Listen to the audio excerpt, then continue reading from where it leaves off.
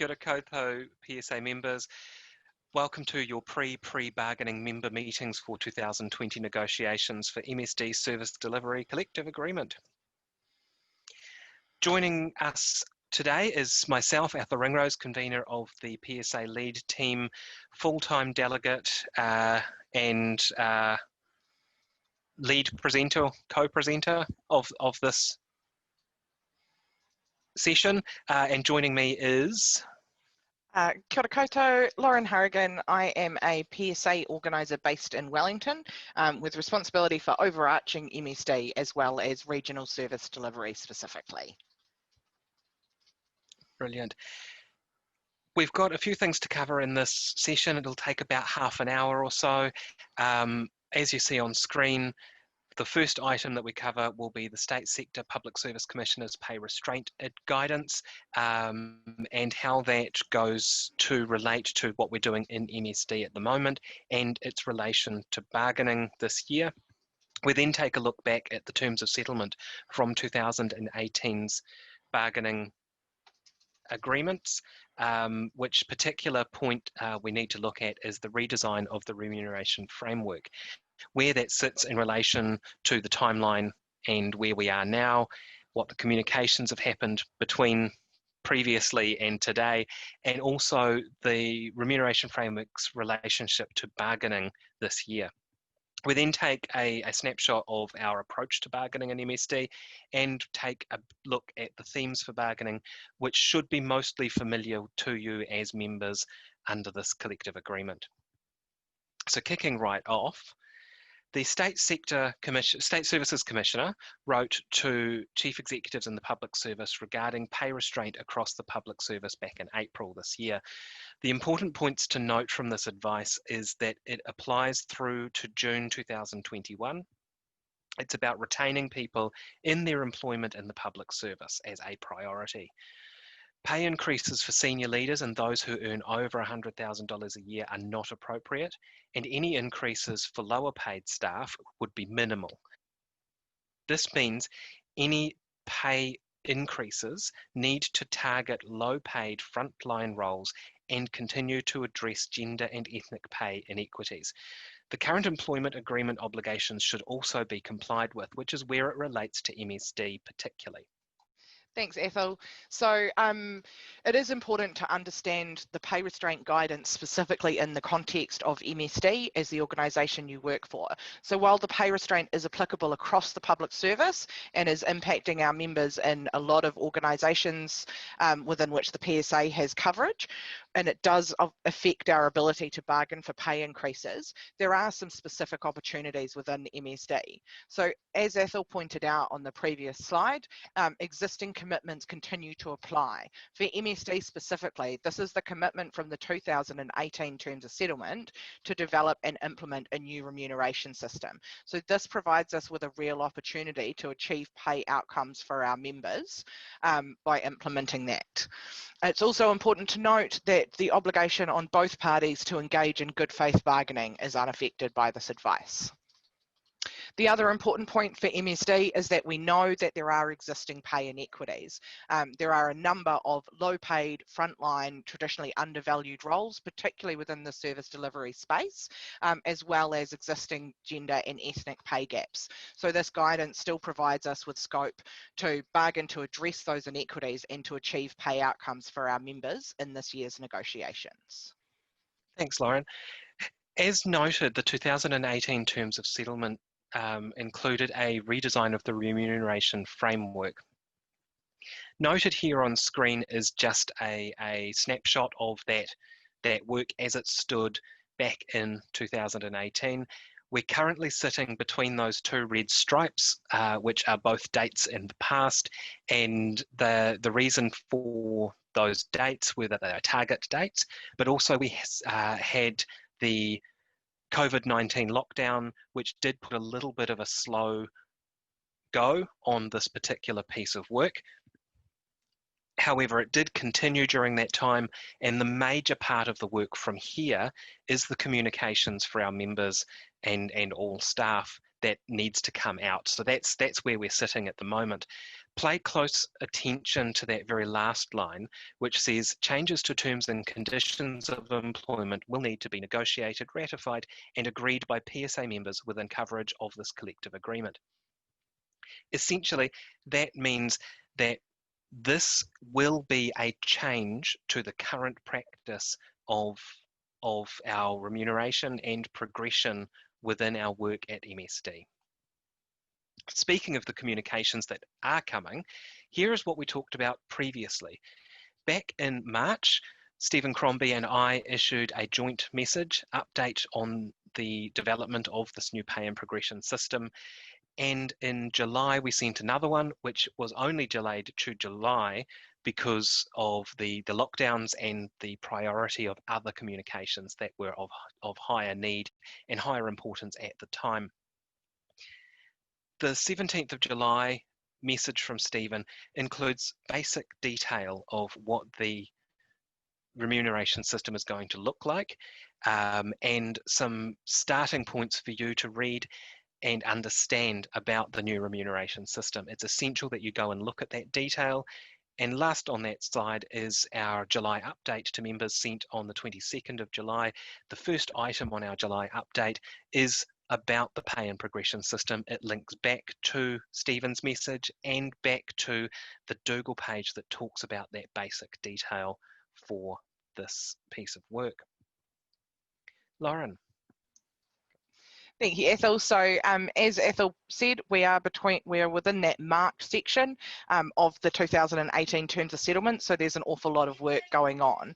We have obviously been working on the design the whole way through this project and working to some agreed principles, including that the system is step-based, fair, transparent, easily understood, and supports staff progression, both within their role and within the organisation. So now it's really about the nitty-gritty detail of the system. So what's the total number of steps and how many, and what's the size from the bottom of the scale to the reference point or rate for the job, and from there to the top of the band. And as you can imagine, as that kind of detail is locked in, MSD need to undertake some financial modelling, not only to establish what the cost of implementing the new system is, but what the ongoing cost of it is as people progress underneath it, under the system. So once that is completed, then there is that approval gateway point. In addition to the joint PSA MSD project board, as well as MSD leadership, there's also a requirement for the Public Services Commission, previously known as the State Services Commission, to approve the design, and that's about consistency across the public service. And then once we've passed that hurdle, the next step is to complete a plan for implementation. So this makes it sound much smaller than it is, one sentence and a bullet point, but the plan for implementation needs to not only include the effective or go live date, but also how people will transition to the system and how it will apply when the first increases under a new system will come into effect and so on. So that's a big piece of work as well. All of that work needs to be done so that we can effectively communicate with our members and MSD communicate with their staff and managers so that they can actually see all of the elements of the system, the implementation plan, when it will come into effect, etc. And that's definitely not just about us bombarding you with information.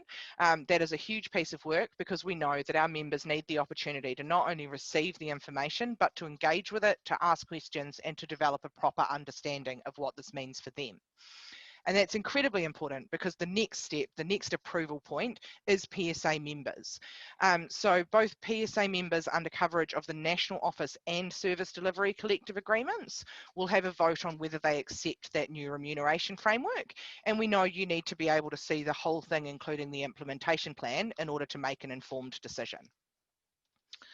If it is accepted by both of those groups of members, then we go into bargaining to negotiate everything that wasn't addressed by that remuneration framework. So that will include some pay and financial items, but it will also include the not directly pay related themes and priorities that we'll talk about a bit later in this presentation.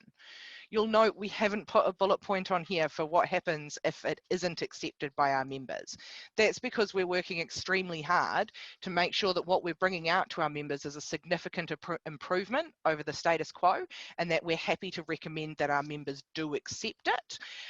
But if it is rejected by one or both of the groups of members, we will need to understand why in order to establish what the next steps are. So is it a relatively simple change that can go back to redesign and it's simply a shift to the time frame, or does it actually impact the issues that we will need to negotiate in bargaining or take longer to fix? So there's different ways it can play out, but to emphasize, it's very much our intention that what will be coming out will be a system that we are happy to recommend our members vote to accept and implement. In MSD, PSA and MSD have a relationship called high performance through high engagement. It's a relationship agreement that underpins the way we act with each other about solving problems at the lowest point where they occur, that the people who are affected by an issue are the people who have the knowledge and experience and expertise in finding a solution for that problem. It's not a huge departure from the way things operate in the ministry otherwise. However, it is a slightly different thing that we think is important to remind you all of at this point, because collective agreement negotiations sit outside that agreement because they are governed by the Employment Relations Act. In MSD, PSA and MSD get together and look at things through an interest-based problem-solving approach. It's where we take the broad themes and the generalized issues that fall under those themes, which we will talk about shortly, from each party's perspective. We discuss them, we understand how either MSD or PSA views that issue. We often share a very similar or the same concern around the issue. We put together proposals, as does the ministry. Each party, MSD and PSA, investigate those. We go through pulling them apart and putting them back together again. We come up with counter proposals, as does the ministry. And that continues until such time as an entire package of offer is determined to be suitable by PSA's bargaining team to take this offer out to our members for ratification. In the same way that we refer to the remuneration system not bringing you something that is the same or worse than current, where we'll always be endeavouring to bring you better than current. And so that offer for ratification, that process of getting to that offer may take a little while because we want to make sure we get the best offer for our members. In the themes for bargaining, we have a few things that are must do. And they don't need to be prioritised like we did with the survey because they are things that are absolute. We always need to put them in. And the first of those is pay. Regardless of whether the remuneration system goes through, there are a number of things that fall in the money category. Some of these might be larger. We have to address how to progress between today and the implementation date of the new remuneration system and what that looks like. We might have to fill some gaps there. We need to think about what's going to happen with the current progression model for service delivery until that implementation and go live date for remuneration is. Or we may have to look at a standalone system for the period while we go back and redesign the remuneration system with MSD. It all depends on the two parts coming together. The second part of the pay one is the anything else that may be money related that we have to bargain. And there are a number of things within our bargaining themes that have a financial component and that would provide an advance within the money system towards our members, if they're agreed. The second one is kind of an obvious one, no loss of terms and conditions, no clawbacks. That means that we don't take anything out of the collective agreement and we don't stop future members from attaining the same conditions that we've currently got. The third one is the inclusion of deliverable items for our membership from the ministry's commitment to Te Pai Tawhiti. That's the overall strategy of the ministry. Te Pai Tata, the Māori strategy. Te Maherere mō te reo, which is the Māori language strategy, and the principles of ngā kaupapa, which are brought to life through the PSA's Turinanga o ngā toa awhina. And they are the way that we interact with each other, the way that we have cause of being in improving our members' working lives. A lot of this part, particularly, this bullet point particularly, comes out of the relationship that is developed from Ngā Kaitohono PSA Māori members in MSD's Māori Committee, part of Turinanga o ngā toa awhina. And that ongoing relationship between that group of members and the Māori leadership of MSD. This particular bullet point is asking for some specific deliverables to be included within this whole process. So something that is pinned by bargaining, something to work from. The last one is the technical changes. It's a bit boring for most people, but it's certainly something that I find really interesting and useful, is making sure that clause wording is consistent with legislation, that it is then written so that its intent is clear, and that when it is put into practice, it is put in practice exactly as it's supposed to be. There is an entire chain of process there. Legislation, the clause wording is intended to read some way and does, and that when it is put into practice, that it's put into practice and easy to understand, it's clear. You can open a collective agreement, put your finger down on any of the pages and understand what that clause means to you in your working life. Hopefully these themes will be familiar to you guys because they're consistent with the survey that we sent out on the 20th of August. They are intentionally broad themes, and we haven't pulled them out of thin air. These are absolutely the things that we've been hearing from our members for the last 2 years, if not longer, that these are the priorities and issues that they frequently come across in the course of their work. But they are intentionally broad, and that is both to allow us to take that issues-based problem-solving approach in negotiations, and also allows us some scope to develop creative solutions to achieve financial outcomes for our members in the current context of pay restraint in which we're bargaining. Launching straight into flexible working. Flexible working does cover all types of flexibility. And so that includes everything from location of work, hours of work, informal flexible arrangements where you might just need to work differently this week, to formal or ongoing flexible working arrangements. And these are all of these themes are interlinked as well, in that you'll see at the bottom of the page around well-being. We know that having flexibility in the way you work and the ability to balance your life as well as your job is something that massively contributes to people's well-being. So flexible working will require ongoing work. We're not going to fix it all by inserting a clause in the collective agreement. There's cultural change that needs to occur, but we do believe we can improve the provisions in the collective agreement to make sure that flexibility is available to all staff and that the processes and practices are applied consistently.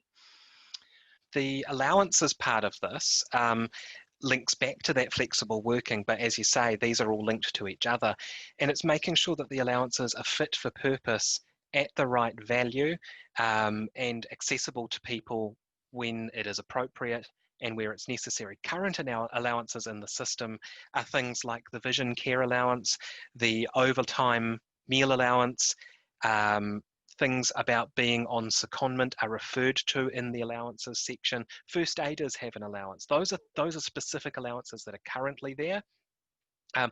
This particular one is making sure that they are all the right allowances that are there and that they do the job that they are supposed to do. This doesn't stop us from exploring additional allowances for specific points for the future either. In regards to change management and redundancy provisions, we all know the ministry is a highly changing environment and is frequently going through a change management process. And that part of this is about making sure that things are clear and consistent and easy to apply for everyone. So we spend less time writing the change management agreement, and we end up actually looking at the change as whether it's necessary, whether it does what it needs to do, and if the change is actually the thing that needs to be the thing that's happening. at the end of all change managements, there's the consideration that redundancy may be something that is required. It's always a last option item for MSD and for PSA, absolutely, because the clear priority for us and for the ministry is to keep people in employment. But it's making sure for us in this clause that the parity of those compensation clauses for redundancy are the same, that there is an underlying base for how they are calculated, so that things are treated the same and everyone has the same calculatable worth from redundancy. Another thing that we will be adding to this, which has come through from the member meetings and from the survey and from the responses that we've got by email, is that there are other items under end of employment that need to be considered under this. One of those is retirement provisions. Other ones are about resignation. So there are things here that need to be calculated and checked against both legislation and against how they are currently working and how they affect our members. And the last one here on the page is around wellbeing provisions. This is a perfect example of the themes being broad and broad for a very good reason. So this is about practical ways that MSD can support staff wellbeing. We've heard loud and clear from our members that MSD is really good at talking about it, and now it's very much time to do something about it. And there are lots of different ways in which that could be addressed, some of which have financial costs, some of which might fit underneath some of the other ones here, like allowances and flexible working, and on the next page, leave. So our bargaining team will have all of those more specific suggestions and possibilities in their back pocket in order to be able to utilise those at the negotiating table. And achieve something for our members that reflects that their employer genuinely does support their staff being well. Leave provisions. This is similarly to the allowances. It is about not only looking at what's already there and making sure that it is fit for purpose and actually being applied well and meeting the needs of our members, but also about introducing anything new or adding to it as we might need to. And so it does include sick independent leave. One thing we've absolutely all learned this year that we possibly should have learned earlier is how important it is to stay away from the workplace when you're unwell. And so we need to look at ways that your employer can actually support you to make sure that you're able to do that and aren't financially disadvantaged by yourself or a member of your whānau being unwell and needing to not share that with your colleagues. The item here on professional training and development is linked quite closely to two pieces of work. The first being the review of training and quality within MSD during 2019-20, which has then become the Learning and Continuous Improvement program. And secondly, it's linked to the progression and remuneration framework redesign, where the opportunities and support is available and accessible to everyone so that they can develop both within their role and within their career at the ministry. It's very closely linked, and we're looking within bargaining about specific ways that this can be delivered upon, particularly that it is advertised to staff and that it is accessible to staff who want it. The third one is the union-only benefit, which we could very easily put that on that must-do page, because it is one of those things that we always do, but we do like to check that that is a priority for our members, and it always is. But in this case, we've popped it on the set. Union-only benefits do come in multiple forms. Some of them that you've seen in MSD in the past are lump sum payments or delays of pass-on for salary increases, that sort of thing. What the purpose of those is to do is to recognise your contribution that you make every day to the running of the ministry, because without you doing the work wouldn't get done. We also have that as recognition of the high performance through high engagement activity within MSD, because we want to make sure that you, as the workers who are as close to the front line as you can get, and that's all of you. It's not just where you happen to be employed and work from. Is that you know best about how things go, and this is to directly recognise that input that you have. And the final one on this page is gender pay and equality. So in 2018, we were successful in embedding the gender pay principles into the Service Delivery Collective Agreement. Now, this is about building on them and bringing it to life. Gender pay is wider than women being paid less than men on average. It's also about all of the things that can disadvantage you over the course of your life and your career on the basis of gender. So some perfect examples of that are women being disadvantaged in being able to save for retirement or access promotions and career progression because they're more likely to take periods of parental leave and either work flexibly or part-time while raising a young family. So that's the type of provisions that we want to look at to make sure that actually those principles and addressing inequality is embedded across the entire agreement. The next things that we have to do is then develop a bargaining brief, which is taken from those must do a few pages ago, the survey responses that our members filled out, these member meetings where we've received lots of comments and communications back from our members. We take that brief, we engage on that draft brief with our members, as well as taking to them the proposed bargaining team who will represent them at the bargaining table, and the ratification process so that it can be formally endorsed by a vote from our members. The next point is somewhat time dependent on the progression and remuneration framework, because we do want to, as we've pointed out earlier, get that remuneration stuff done and sorted before we meet to do all the and the rest bargaining negotiations. We do kind of have a rough time frame in mind, but it's certainly not something that is fixed and must do on this date, because we know that there's a lot of work that needs to happen before we can get to this stage. Lauren, before we complete, is there anything you think that we need to add that we haven't covered in the earlier slides? No, I think it is just around that time frame. It's more important that we get this right than that we do this by a deadline. And so that's what our focus absolutely is. But we're committed to keeping you guys informed as we go along so that you know what the flow on effects and when you can actually expect the next steps to occur. Thanks. So again, we want to thank everyone who's taken part in our members' meetings, has participated in giving us feedback either through the channels of the survey or through their delegate network to us at PSA lead team. We also want to make sure that this video is available for people to watch. So that's partly why we're recording them.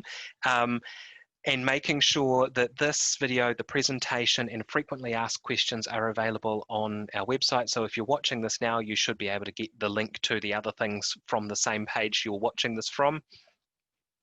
We will be keeping you informed throughout the remuneration framework redesign and bargaining processes throughout the remainder of this year.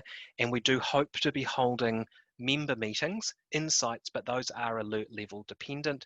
We will probably be also holding members meetings virtually like we have done in the pre-bargaining phase, which is here. If you do have any further questions or comments that haven't been picked up in the frequently asked questions page, please send them through to us at msdmembers@psa.org.nz. And while you're around things, check that you've got your own details up to date in your My PSA profile. You'll need to go in and make sure that you've got your right member number, so it'll be on the end of a email subject line, or on the right hand side of any email that you have received from PSA. If you can't find it, call the PSA Organising Centre during business hours on 0508 367 772. And we encourage you to talk to the other staff in your site that are not currently members of PSA, because more PSA members means we have more strength and sway in our negotiations. That's not the only thing, but it is quite a big part of it. The other part around that is that This year particularly, there are multiple things that only PSA members have opportunity to be involved and engaged in and vote on, like the remuneration system and this collective agreement. So if they want to really be part of this process, they really need to be part of PSA. Massive thank you to our members for participating, and encourage you to continue to do so. Everything that members have raised through the course of these meetings in responses to the surveys, and by sending things through to MSD members or raising them through their delegate and service line structures, the bargaining team will be taking on board and keeping in our back pocket in terms of achieving the outcomes that you've told us that you need to do. So keep engaging, send us those questions, and thanks heaps for coming along. Thanks very much. Thanks, Ryan. Thank you very much, members. And we will catch you again later in the year.